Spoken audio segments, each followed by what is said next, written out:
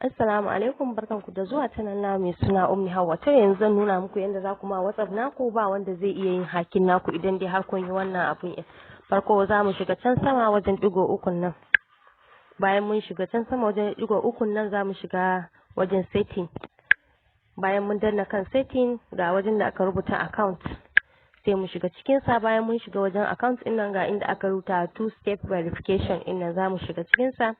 Bayan mun shiga cikin sa ga inda aka rubuta turn on in nan zan danna kansa. Bayan na danna kansa za mu yi creating in password guda 6. Za mu saka nambobi guda 6 wanda ba za mu manta da su ba, da su za mu ke shiga WhatsApp namu kenan.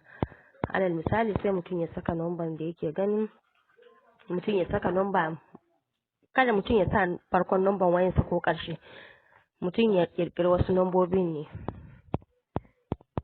To anan mun saka number in.